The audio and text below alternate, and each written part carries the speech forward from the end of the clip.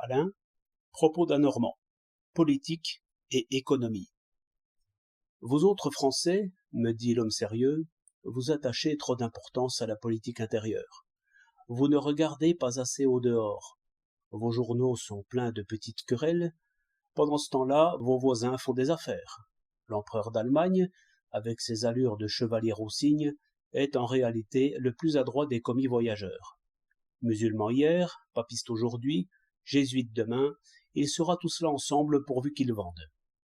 Toute monnaie est la bienvenue dans sa caisse, pourvu qu'elle pèse le poids. Ainsi, pendant que vos radicaux conquièrent des portefeuilles, lui conquiert les marchés du monde, et ses défaites sans coup de canon vous coûteront, croyez-le bien, plus cher que Sedan. C'est vous, lui répondis-je, qui attachez trop d'importance à la politique.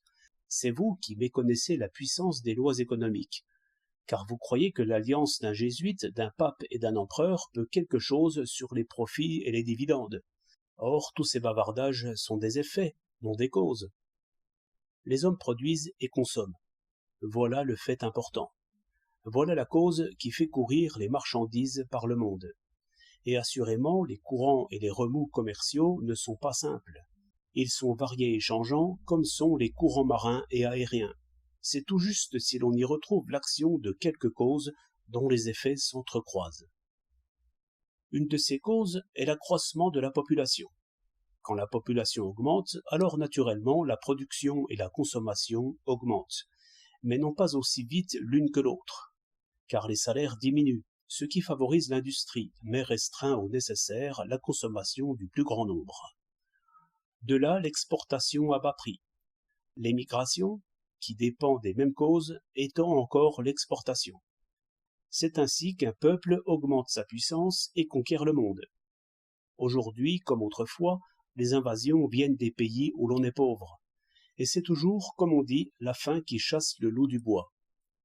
Comment ces causes agissent, pourquoi un tourbillon ici et un courant là, pourquoi ailleurs une eau stagnante, ce n'est pas toujours facile à expliquer. Ce que je crois, c'est que les plus grands politiques sont des hommes qui ont su suivre les événements et fait croire qu'ils les dirigeaient.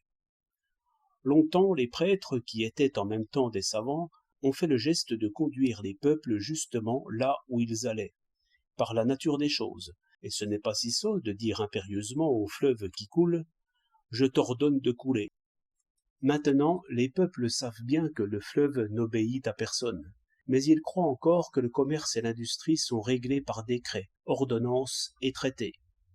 C'est pourquoi l'empereur d'Allemagne a encore un certain succès avec ses gestes de thaumaturge. 18 septembre 1906.